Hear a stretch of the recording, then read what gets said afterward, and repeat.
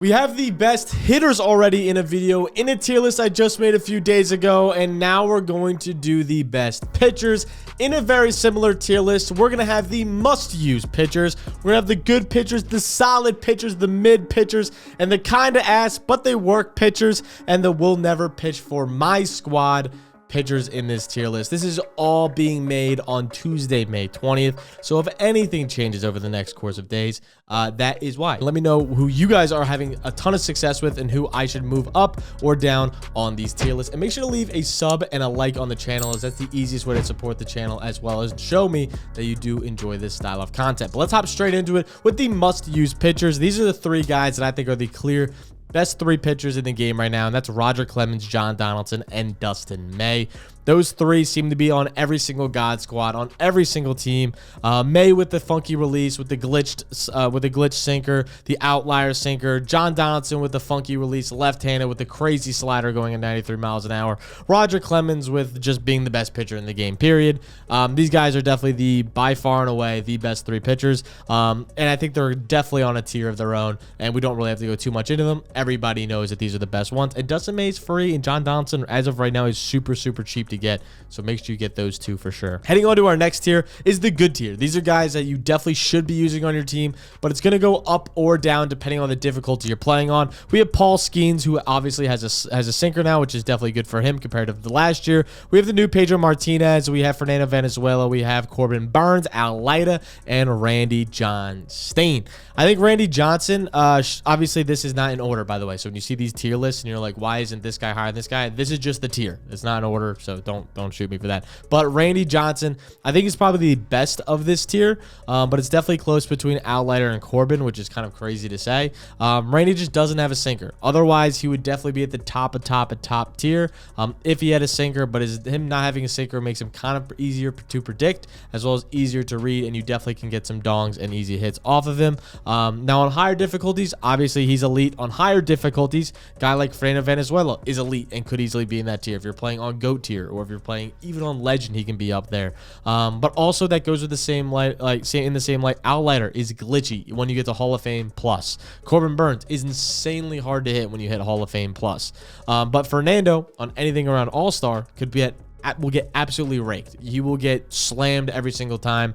So again, that's why it kind of differs on the difficulty you're playing on. This is just the base ranking of anywhere from like All-Star to Hall of Fame. That's kind of how I gauged it, that's how I took a lot of these players, which is why Randy's a little bit lower on this list. Paul Skeens, obviously outlier with a sinker, great overall pitcher.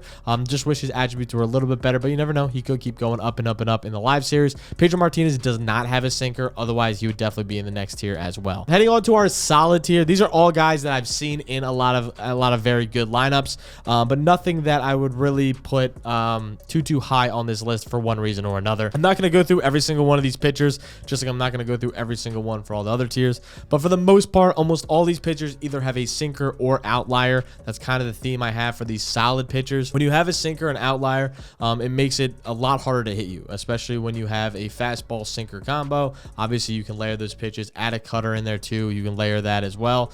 Anything you're tunneling with a cutter, slider, all that sort of stuff makes these pitchers a lot better. Santana obviously is more here because he's a lefty with really good control, and obviously the stats are there. Zimmerman has elite control and is really good at those high difficulties. Like, he's really good when you get to go, but as soon as you're on All-Star, or as soon as even Hall of Fame, honestly, with Zimmerman, he's getting shelled 10 out of 10 times.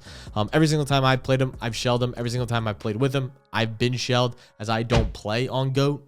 You know, so on the Hall of Fame difficulties, even on Legend, he's a little bit better on Legend for sure, but on Hall of Fame and All-Star, he just gets shelled, so he has to go in the solid tier. Shohei Ohtani, you can have success with, but also is pretty easy to read out of the hand. Matt Cain, I haven't used myself, but he definitely is a good pitch mix, can be really good. Same thing with the Libator. Corey Kluber, I've definitely seen a good amount, and I've seen people have success with. Bob Gibson, almost everybody's used, and personally, I now know him so well that I shell him. but a lot of people do struggle with him.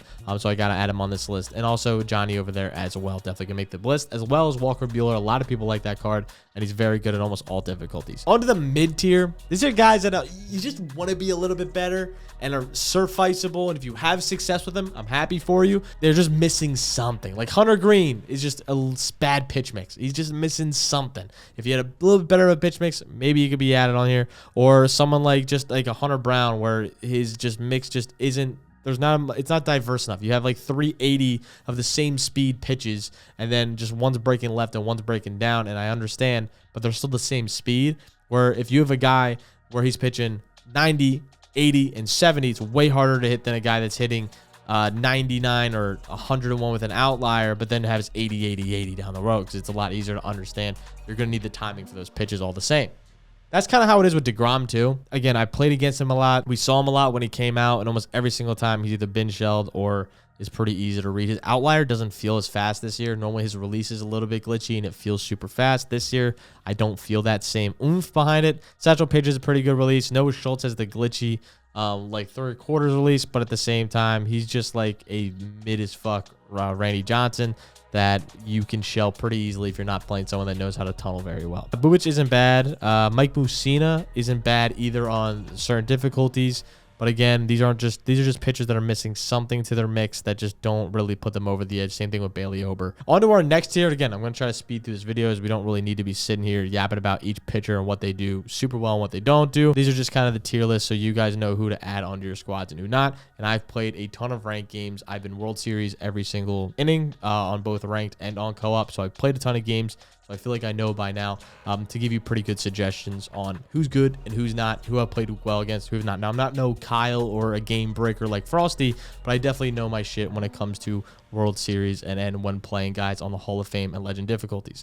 With that being said, Martin Dingo, Max Scherzer, Gaylord Perry, and Jim Palmer are going to be the next ones who are kind of ass, but they can work. These are guys that definitely you don't really want to like trot out, but I've seen people trot them out. And every single time it just doesn't normally end well. But I've also played against a few Max Scherzers that have definitely dusted me. If you're really good at tunneling pitches and you're just a really good pitcher in general and we're on higher difficulties, he can be a little bit harder to hit. But on the in general term, he's pretty easy to see. Same thing with Gaylord Perry, where he has a really cool forkball. Sure, great sinker. Yes, his release is so easy to just absolutely crush. Jim Palmer, same thing, just nothing really special there. Martin Dingo, as again, just repetitive of just a super easy to release to see. Nothing really special there. You normally will get shelled, especially on lower difficulties. And then the next tier is going to be, they'll never pitch for my squad. And every single time I've gone against them, outside of Don Sutton, one game where he played like God. And I'm not kidding. Like, I literally just shelled him the entire game and had like no fucking hits. Outside of that game, Don Sutton sucks. Every time I play him, I shell. Steve Carlton. Also, I played against him literally today on stream. If you saw that on the Tuesday stream, he got absolutely croaked. I put up like 9 runs. Tyler Mahle's also the same thing, or Mahle, however you say that. He just doesn't have a good pitch mix at all. And then Jake Arrieta might be actually, no joke, the easiest pitcher to see in this ball game. Every single time I ever see anyone pitch Jake Arrieta, I'm like, wow, this is going to be a 15-run game. And normally it is, because his release is the easiest thing to see out of the hand ever. Like, it's so easy to shell this card. If you've had success with him, though, again, I wish you the best. But I wouldn't suggest that. Out of all the tiers, I think the most controversial one will definitely be the mid and solid tiers, of like, you can kind of put those back and forth a little bit, move some guys ups and downs. I don't really think anyone from the solid tier, outside of maybe Zimmerman, in the case of it being like a super high level, could make the case for that. But outside of that, I think everyone's kind of in the right spots here. Let me know what you guys think. Again, it's a little bit shorter of a video as I'm just kind of glancing over things. So let me know what you guys are moving up, moving down on these tier lists, and who I should be adding to the tier list if I'm missing anybody, which again, I probably am. So let me know in the comments below. Again, make sure to leave a like, make sure to subscribe, all that sort of fun shit down below. We'll catch you guys next time. Peace.